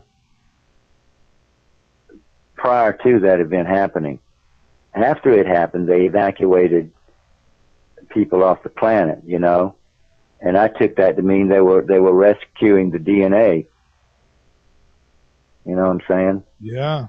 Yeah, they were rescuing the DNA, and I don't know if it was a global thing, if it was an isolated area. I couldn't tell. That reminds me of. I remember I've always had a very progressive thought process when it came to things like when I was a kid, thinking about religions or anything of that sort. So when I was a kid, I remember hearing about the story of Noah's Ark, and I thought, well, how are they going to fit all these animals onto a physical ark? Maybe they're taking the DNA of the animals. The ark is kind of like a genetic database, perhaps. Oh, that's interesting. Yeah. Yeah. And I just got onto Yahoo News, and there's a big story about a mysterious light came across 11 states, and NASA's commenting on it. Did you guys hear about that? What was that now? The article here, it looks like it was posted a couple hours ago. It says mysterious bright greenish object streaks across the sky in 11 different states. I seen that. Yeah, the article I seen, it said that a fireball streaked across the skies of the United States. It said. I didn't read it though. Yeah, that's probably that would be my first impression. Yeah, probably a meteor. Maybe. Yeah, the greenish, right? The greenish color. That was my first thought. Wouldn't it be yours? Yeah, I think so. Absolutely. But there's been a lot of activity with these fireballs, and in my life, I mean, I'm only 43, so but so far in my life, I have not seen this much fireball activity, and I am a constant and always have been a constant sky watcher. And I don't remember seeing that much activity in the sky as we've seen the last few years, especially the last couple years. So I think maybe when people are paying attention to it too, when people are more focused, looking up into the heavens. Plus, with the somewhat shutting down of NASA, I think some people kind of maybe are skeptical of that, or they want to know more. I mean, I think it's a global wanting and a yearning to want to know more about what is out there. Yeah, I think so too. I wanted to ask you, Jim, what you thought about. I get really tired of seeing that story. I see a story every single day in the news about how the Curiosity, conspiracy theories say a Curiosity rover found some type of, petroglyph, or they found an alien artifact on Mars. And then I see the last couple of days something about a UFO the size of Earth entered into the sun and came out the other side. And there was a story like that 6 months ago. What do you? I'm trying to explain to you what I thought, but go ahead. Yeah, I don't know. I don't know when I harken back to the days of the craft that I saw. Which I totally believe they were real solid constructs, and then I hear something like that, it's like, I don't know, I tend to chuckle about it, and maybe I'm laughing, I don't know what was the reference from, who referenced that, or where did you hear that? Oh, every day it's like a new article. It's on Yahoo News, theexaminer.com. There's a bunch of different, I think from Soho from NASA. But the images and the videos usually they don't show anything at all. I mean, that's what you think too, Michael, right? Yeah, absolutely. See, for me, I can only explain for what I've seen. I don't know who's driving these things, or who's in control of these things, but somebody is, something is, and it's nothing normal. Yeah. How big were the craft that you saw, Jim? The initial two craft that I saw the first night were they were like a George Adamski type scout craft. They were about that size, and the upper cupola, what do you call it? The upper structure was different, and the pattern of red lights around it is what I thought was different than George's craft. But they were about the size of his scout craft, the initial two that came down. Yeah. Interestingly enough, they came down that night. There was two craft, and over the course of the following subsequent 6 months, I saw those same two craft continually to drop in on that landing site where they landed the first night. They kept coming back to that landing site, which is right out in the middle of a inaccessible area that you can't get in. It's under lock and key. There's gates. There's all this kind of thing. The Forestry Commission now owns it, and but they kept coming back to that same initial landing site off and on. So what they were doing, I don't know. I would see them come down. We might be down 10 minutes, and off they'd go. And then maybe a week later, I'd be out, because I was out every night. Every night, like I was telling Michael, I was out every night from January the 1st, 1968, until October the 31st of that same year. Every night I was out watching from as soon as I could arrive home from work and get, eat, shower, eat. I was out there just before dark till 11, 12, 1 o'clock in the morning every night. So I didn't miss anything. And they would come and go, those two craft. And I just wondered where they were going. It was like it was business, They would come in and then they would leave. And then maybe I'd see them 2 or 3 nights later, they'd come back again. Then off they go again, Yeah, and what's strange is that there's people like yourself and me who have seen these things, and I'd take a lie detector test, I'd put my hand on any book, anything, I'd swear on any life, including my own, that, what I'm telling you is 100% true. So we get these multiple experiences, and there's people who go through their whole life and never see anything, but you know what? I think that they do. I just don't think that they realize they do. I think people aren't looking for these things, maybe. I don't know. But, I mean, I couldn't imagine going, a year, 2 years, 3 years without seeing something. I mean, I always find something. They see it and then deny it and tell themselves that's not what they saw. Yeah, it was a balloon. Like me, I could have blew that one off that night and said, it's just a balloon, went inside and the hell with it. But we didn't. Got binoculars and took a closer look. And I'm damn glad I did. You know what? For all that I do and all that I research with this radio show and the book and everything, I've actually, unless I've repressed it or just haven't, didn't realize what I was seeing when I saw it, I don't think I've ever seen I've seen UFOs, things that I could not identify, but then at some point, a couple minutes later, I was able to identify them. But in terms of whether it was extraterrestrial or whether it was a government black operations project, I don't think I've ever seen anything like that. My experiences have always been with energies and with entities and with more down-home paranormal experiences in my own home, Ryan, or in my own space. One of these nights, Ryan, you and I need to get together in real time and maybe go down to Myrtle Beach and spend some hours down there late at night, and we'll bring some binoculars and some other things, and I guarantee that if you do it, you might not see something the first night, you might not see something the second night,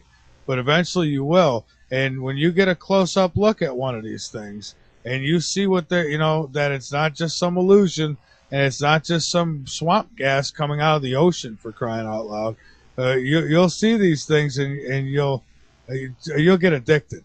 You'll get addicted. You'll always be looking up. You'll have a sore neck from looking up. You know me. I was actually just outside a few minutes ago. I was looking up in the sky. I'm about 10 miles from MacDill Air Force Base in Florida. There's obviously a lot of activity there from the military base, but up in Pensacola, I think it is, kind of near the panhandle of the state of Florida, out of the kind of where the Gulf of Mexico is, there are major sightings that take place up there near the tip of Florida. So there's a lot of that happens down here. I've just never really went to see that. I don't think I've just never had the initiative to just get up and go. Well, just Yeah. remember when you Wanna go with me. do see it, it's just swamp gas. Yeah, right. Yeah, it's a Yeah. limited to the imagination, or it could just be light reflecting off of a car mirror. Yeah. You know, guy, I want to, while we were talking, I would like your guys' thought or input on this information, because I have a lot of information that I documented on what I observed from these craft. The first craft, when it came over my relative's home that first night, was about 100 feet above the mobile home and about 100 feet east of it. It was probably 45 to 50 feet, you know, in the circle, end to end, if you can, from the circular part, 45 feet. And when it came over, this is what I noticed.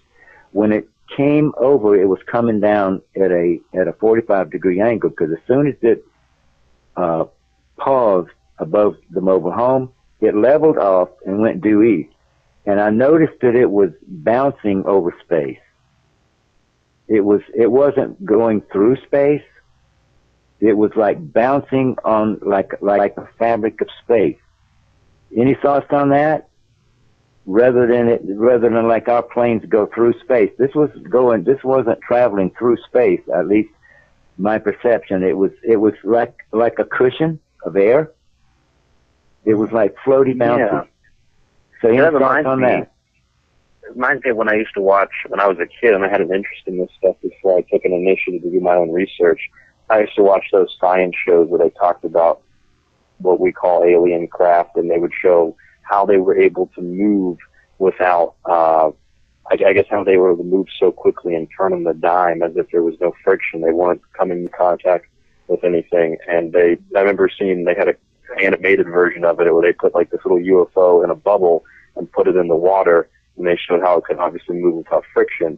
And I think maybe that these craft are in some type of energetic force field where they're not interacting with the outside elements, so they're able to kind of just move around without.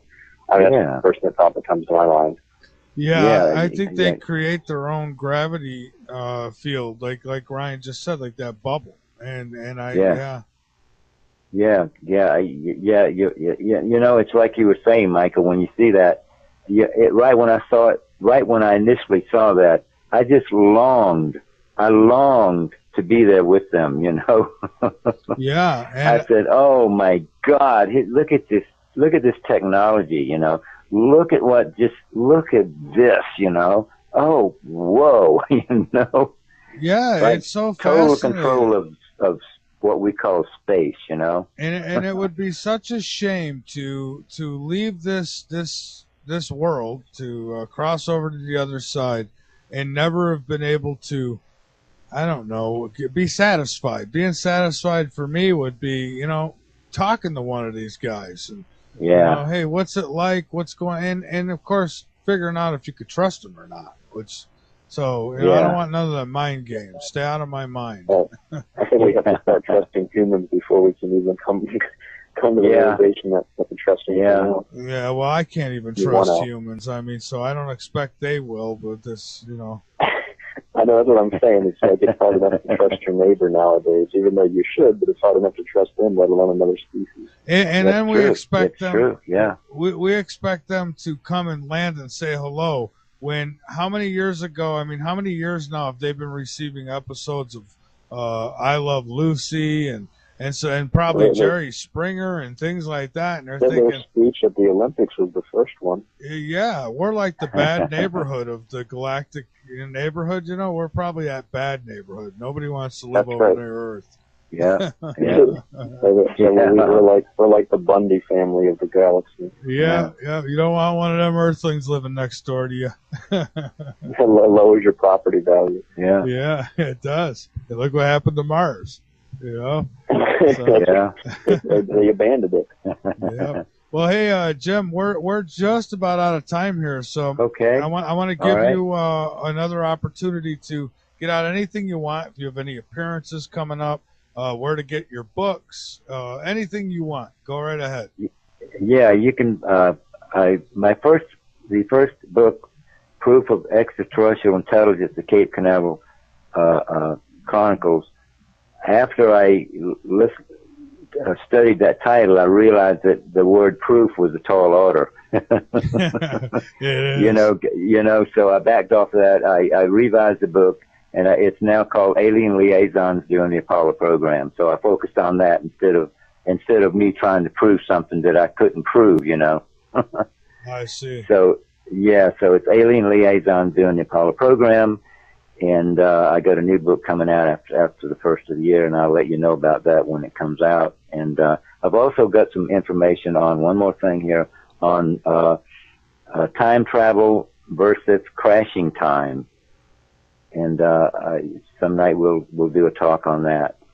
Oh, I would love to do that. Yeah, which is very interesting. It goes all the way back to the first century, and with one of those adepts back there who was adept at crashing time, and I found it very fascinating. It's something that we can do, rather than theorizing about time travel. This is something that you or I or Ryan could do if we wanted to apply ourselves to it. So, which I think is very neat. That is really neat. Yeah. And, I just went over a story. There's a science story that came out and says, within 100 years, mankind will be able to time travel. And I'm laughing because I believe that technology already exists. I think that there's already the ability to do that, or at least they know how, or they're real damn close with it, one or the other. But I think that this technology actually existed at one point on Earth, maybe not in our time now, but years ago, I think that it might have existed, and I think that's they could explain a whole lot of things. Yeah.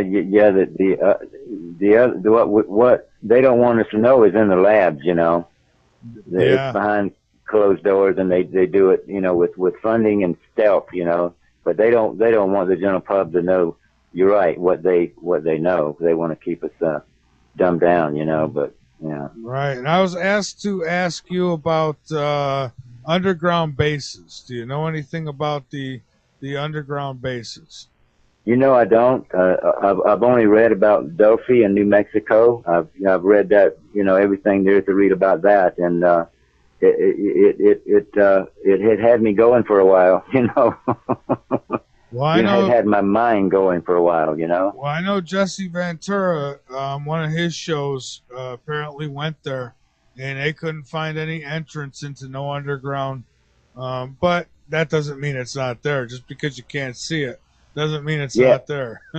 Exactly. There's a physical concept on going to find something, and then there's more of an intuitive concept, I don't know that Jesse Ventura is an intuitive type. You could go there with intuition and find something. That's just tuning true. in to the area, and say, wow, it was there all the time, but he didn't see it, Yeah, that's true. Yeah. Yeah.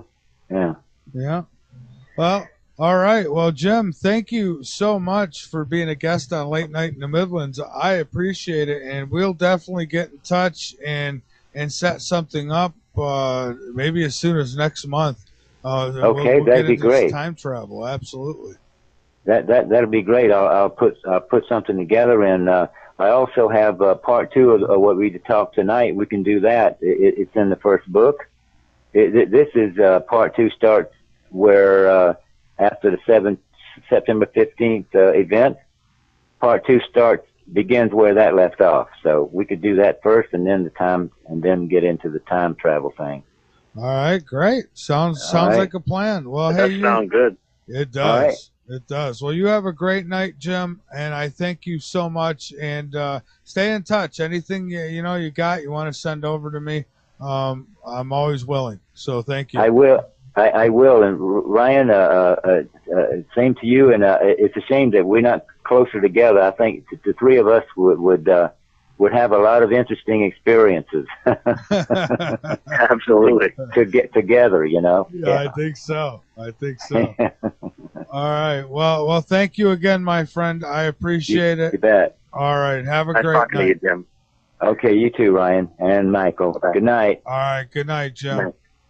All right, everybody. That's a very interesting guest.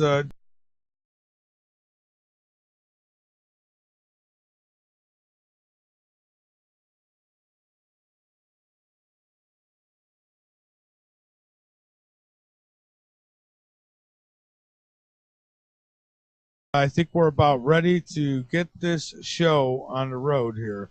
So let's see if we can pull our guest in with us here tonight. I have a feeling we will make contact, if you will. Hello. Good evening, Jim. This is Michael Vera with Late Night in the Midlands. How are you tonight? I'm fine, and you, Michael? I am doing just fine, and I thank you for coming on the show tonight. We are live, and you sound pretty good. Good connection. Yeah, pardon? I say a good connection. Yeah, we got a good connection, yes. I was listening last night to your Ebola session and having a little trouble with the phones I was hearing. Yeah, yeah. Well, they were a couple of these guests from last night were in Africa, so yes. the phones were getting messed with horribly. We had voices coming over that were no part of our conversations because I could. Yeah, go ahead. Oh, I was going to say I could monitor everything right here on my screen. So if somebody talks, they blink. I could tell who's making what sounds, and everything was still. There was nothing. So fascinating. But Jim, welcome. And how do we pronounce the last name? Yeah, the name is Oglesby. Oglesby, okay. Oglesby, yeah, like Oglesby, All right, great. Well, yeah. Well, Jim, wherever you'd like to start, I guess right from the beginning would be great. And thank you for contacting me because I am very interested in this. Yeah, well, a little background on me. I grew up in a small southern town about 18 miles from Savannah, Georgia, a little town called Rincon, Georgia, Rincon. That's where I grew up, and I did my childhood Huck Finn days. Yeah. Anyway, I can start with the one that I sent you the pictures of. That was from the New Year's Eve night. Light flashed through that small window. My first thought was, now this is right about dark, right about dusk. My first thought was that it was a meteor. And the front door was right there, so I reached around and grabbed the door and swung it open and popped outside, and the very first thing that I saw was nothing. Initially, there was nothing there. And then I saw an amber, basketball size, I would say, mass of swirling, what can I say, energy, in a very contained situation. And then the ball of the amber light went out, and just as it went out, I caught the outer rim of a circular craft. And it flashed up and just caught just a little bit of the upper structure to some degree. And then when I call that amber ball the propulsion. Once that went out, the craft, it leveled off and headed straight east. And for a moment, you couldn't see anything because it was very, very dark that night. And then I noticed an infrared beam of light, very deep red beam of light, come on underneath the craft, and I could tell that it was continuing to move east. It came on, it went off, came on, went off, and I thought, well, they're spot checking. Perhaps where they're going to land. That was just that wasn't my thought right then. My thought right then, I was totally immersed in the experience. So my thought processes were not trying to analyze what was going on. Yeah. So I was just watching. And what happened is the beam of light went off, and then I noticed another craft came in from the south, right up alongside the first craft that came over their mobile home. And they went up and down, and then they drifted down into that classic falling leaf motion and dropped down below the tree line and out of sight. Fascinating. Pardon? Oh, I say fascinating. Oh, continue, please. Yeah, so I'm standing there, and there was a quiet moment, and I'm just looking out there in 67 events. Yeah, absolutely. That would be great. Maybe tell us how you got involved with the company you were working for, and just fill us in how you know what you know and what you've seen. And yes, please. I sure will. Yeah, interestingly enough, I was working for my dad at the time, and helping him out with his company, and then my brother-in-law phoned me one night and said that there was an ad in the paper for Bendix, at NASA Bendix, and if I'd be interested, fill out an application. So I went over and talked to the supervisor, and because of that phone call, I was able to land employment with Bendix. My job was a two-part job. I had to keep the machinist supplied with various tools and what have you, and I also was in charge of metal certification, so that was my job. That defined my job. Okay. All right. And so then you get these photos, I guess. Well, they're actually mind images, right? I mean, you've seen this, and you Yes, weren't able to actually take pictures per se. No, my only regret, and I've been challenged by this already. That, well, why didn't you stop and take pictures? And I know it may sound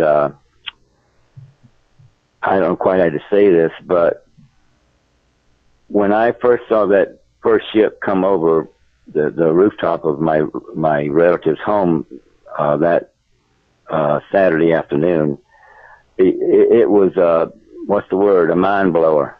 And the last thing I wanted to do was go get a camera. I was into it totally for the experience of what I was seeing in the moment. And Jim, I want to just cut in and say, you know what? I totally, absolutely, 100% understand that, because I was found myself in the. And then I started, excuse me, I started hearing like something thumping through the air, and within about probably 3, maybe 4 minutes, a column of choppers came in. I think there were 6 of them in a line. Came into that area and started going in a circle and put on these beam lights and started probing the ground below where the 2 craft had landed. And then 2 jets came over and did a couple rounds, and then they left. Well, I stood there and watched the choppers. They were there probably, I'm guessing, maybe about 2 minutes, probing the ground with those brilliant searchlights. And then an interesting thing happened. They filed off and headed back south. And I thought that was really interesting, that obviously these 2 craft had been tracked on radar, and at the time I didn't know that it was Patrick Air Force Base, but I just assumed that the choppers had come from Patrick, on a what they call a strike force had been sent out. But it just kind of puzzled me that the choppers left after a couple minutes. Yeah, so I didn't know. I was going to say, you would think that they would, I don't know, be a little concerned of these crafts, but apparently they were probably helping them out, I guess, in some way. Yeah, it was interesting because I thought, later on down the road when I could sit down and I could start reflecting and trying to piece it together what happened, one thought was that the 2 craft had went cloaking. They had cloaked the craft, or had somehow affected the ability to where the choppers couldn't see them. Or I would have thought they would have stayed there and there would have been more action, Yeah. So then what? as it turned out, it was quiet, and I stood on my brother-in-law's front porch that was around. Very same exact situation. I was afraid that if I went back inside for just 1 minute, 1 second, that I'd come back and it'd be gone. And Thank you. I was Thank afraid. you. Yeah. Yeah. So, so I was, so what happened was the week before that, I was spending Christmas Day with my parents. At the time they lived in Orlando, Florida. And so my brother-in-law was there, and he, as he was leaving in his vehicle to go home, he stopped and said, "Well, why don't you come out next weekend and spend New Year's Eve weekend with the family? That is, if you haven't made any plans." Well, I hadn't made any plans, so the following Saturday afternoon, it was probably about an hour before dusk. I head out, and we were at the time they lived in a mobile home on 6th Street in a little town at the time, very sparsely populated area. Let me think. Probably at the most there were maybe 100 to 200, families and people living in the area, and it was mostly ranch type country and fields and saw palmetto, pine trees, that kind of an environment. And so anyway, going back to what happened, I remember the family was in the living room sitting on the couch. They were watching a Christmas movie, and John and I, we gravitated to the kitchen, and he made coffee, so we were standing in the kitchen, and his mobile home faced, it faced north and south, which would have put a small window on the east side of the mobile home would have faced the east, a small window in the kitchen. While I was leaning up against the counter and talking to my brother-in-law, we were sipping coffee, and the first thing that I noticed was a bright amber